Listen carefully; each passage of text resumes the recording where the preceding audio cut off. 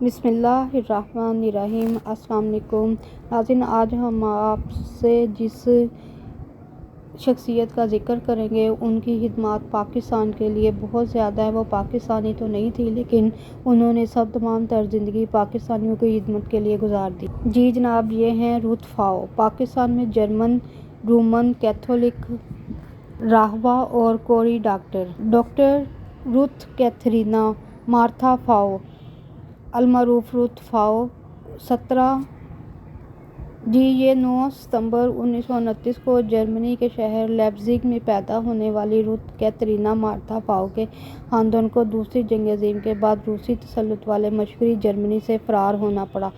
مغربی جرمنی آ کر رُت فاؤ نے میڈیکل کی تعلیم حاصل کی اور 1949 میں مینز سے ڈگری حاصل کی۔ زندگی میں کچھ کرنے کی خواہش رکھتی تھی۔ ڈاکٹر رُت فاؤ نے ایک مشنری تنظیم کو جوائن کر لیا اور اس تنظیم کا نام ہے دخترانِ قلب مریم، اور اس طرح انہوں نے انسانیت کی خدمت کو اپنا مقصد حیات قرار دے دیا۔ ڈاکٹر رُت فاؤ ایک جرمن ڈاکٹر، سرجن اور society of doctors of the heart آو میری نامی تنظیم کی رکن تھیں۔ انہوں نے 1962 سے اپنی زندگی پاکستان میں کوڑیوں کے علاج کے لیے وقف کی ہوئی تھی۔ 1996 میں عالمی ادارہ صحت نے پاکستان میں کوڑ کے مرض کو قابو میں قرار دے دیا۔ پاکستان اس ضمن میں ایشیا کے اولین ملکوں میں سے تھا۔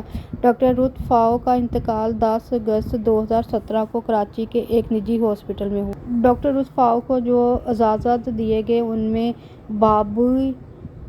Bombay award, اعزازی doctorate, Roman Magsaysay انعام، ہلال پاکستان، اعزازی شہریت، ہلال امتیاز اور ستارۂ قائد-اعظم۔ ڈاکٹر رُت فاؤ کی زندگی پر ایک کتاب بھی لکھی گئی، سرونگ دی انسروڈ، جس کا مطلب ہے خدمت ہو مقصد حیات میرا۔ جی ناظرین، ہم بہت زیادہ شکر گزار ہیں کہ انہوں نے پاکستان کے لیے اپنی زندگی کو وقف کیا اور پاکستانیوں کی خدمت کی۔ آپ نے 10 اگست 2017 کو طویل علالت کے بعد 88 سال کی عمر میں کراچی میں انتقال کیا۔